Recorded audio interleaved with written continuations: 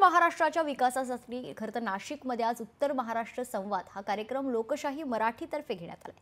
यामध्ये आदिवासी विकास महामंडळाच्या व्यवस्थापकीय संचालक लीना बनसोड यांनी या कार्यक्रमात उपस्थिती लावत शबरी नॅचरल संदर्भात आगामी काळात काय आणखी मोठं पावले उचलता येतील याबाबत माहिती दिली। तसेच शबरी नॅचरलच्या प्रोडक्ट संदर्भात देखील त्यांनी माहिती दिली आहे। त्यांच्यासोबत संवाद साधलाय आपले प्रतिनिधी महेश महाले यांनी।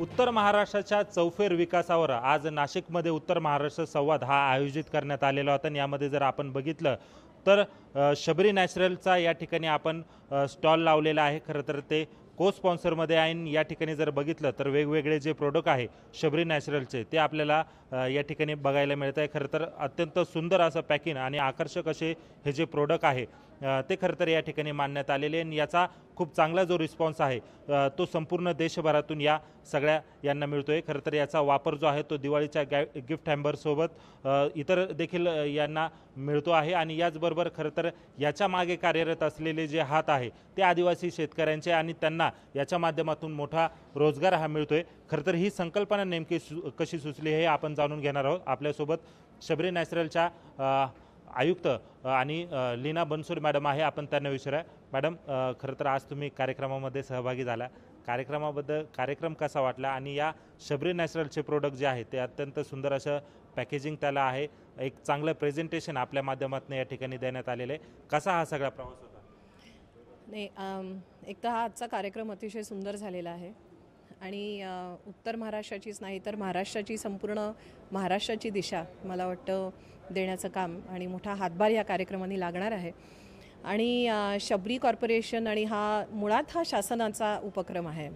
शबरी कॉर्पोरेशन हाच शासनाचा उपक्रम आहे आणि शासकीय फंडिंगमधनं आमच्या आदिवासी बंधू भगिनींकरता त्यांनी केलेले प्रॉडक्ट्स ह्याला मार्केट मिळावं ह्याकरता शासनाने हा ब्रँड तयार केलेला आहे शबरी कॉर्पोरेशनच्या माध्यमातून। पण हे सगळं करत असताना आमचे जे ग्रामीण भागातले जे प्रॉडक्ट्स आहेत किंवा आदिवासी बंधू भगिनी पारंपरिक दृष्टीने जे प्रॉडक्ट्स बनवत आहेत आणि कन्झ्युम करत आहेत ते प्रॉडक्ट्स एका नवीन ॲस्थेटिकमध्ये नवीन लुकमध्ये मॉडर्न लोकांना जे जसं रुचेल आवडेल तशा पॅकेजिंगमध्ये आम्ही आणण्याचा प्रयत्न केलेला आहे। आणि याच्यामध्ये आपले 3 प्रकारचे आदिवासी संस्कृतीचं दर्शन घडवणारे जे पेंटिंग्स आहेत, मग वारली, गोंडी आणि चित्रकथी, ह्या 3 पेंटिंग्सच्या माध्यमातून ह्या छोट्या छोट्या गोष्टी आम्ही लोकांपर्यंत आणतो आहोत आणि त्या गोष्टींमधनं हा ब्रँड आपण लोकांपर्यंत आणलेला आहे। त्यामुळे प्रॉडक्ट्स हे अस्सल ट्रायबल आहेत, पॅकेजिंग मात्र मॉडर्न आहे।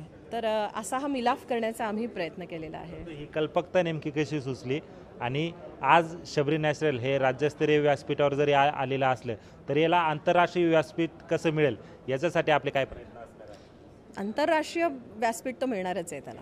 त्यामुळे सुरुवात ही म्हणजे लोकल टू ग्लोबल ही आमची सुरुवात आहे आणि म्हणून ग्लोबल ऑडियन्सला अपील होईल अशी ही स्टोरी आणि इतका पॉवरफुल ब्रँडचा जो मेसेज आहे तो आम्ही तयार केला।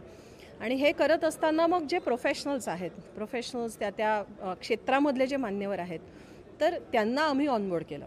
तर माझ्याबरोबर स्नेहल जोशी आहेत आणि ऋषिकेश खेडकर आहेत।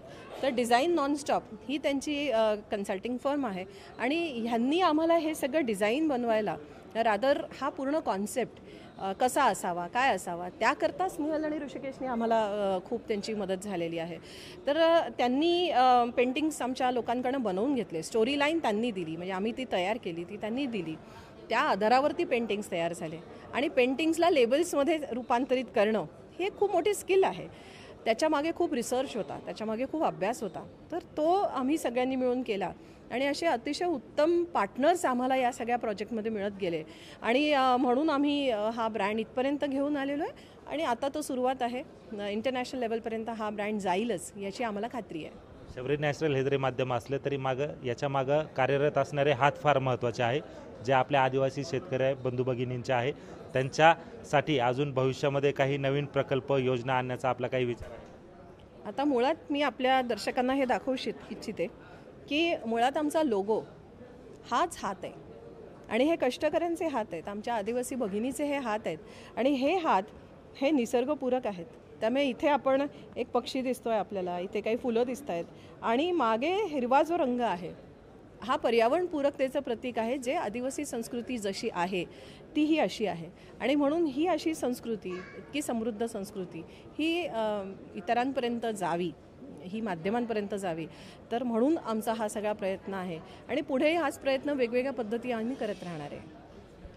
या होत्या खरं तर लीना बनसोड, शबरी नॅचरलचा त्यांनी हा प्रवास सांगितलेला आहे. खरं तर याच्या मागे कार्यरत असलेले आदिवासी शेतकऱ्यांचे आणि बंधू भगिनींचे जे हात आहे ते महत्त्वाचे आहे आणि या शबरी नॅचरलचे जे प्रोडक्ट्स आहेत त्यांना आंतरराष्ट्रीय व्यासपीठ कसं मिळवून देता येईल याच्याबद्दलचा जो विचार आहे हा आता येत्या काळात करण्यात येणार आहे. त्यामुळे एकूणच जर आपण बघितलं तर शबरी नॅचरलचा आता प्रवास हा राज्यस्तरीयवरून आंतरराष्ट्रीय व्यासपीठापर्यंत जाण्यास वेळ लागणार नाही. महेश महाले, लोकशाही मराठी, नाशिक. लोकशाही मराठी ऐका, पहा, जागरूक रहा.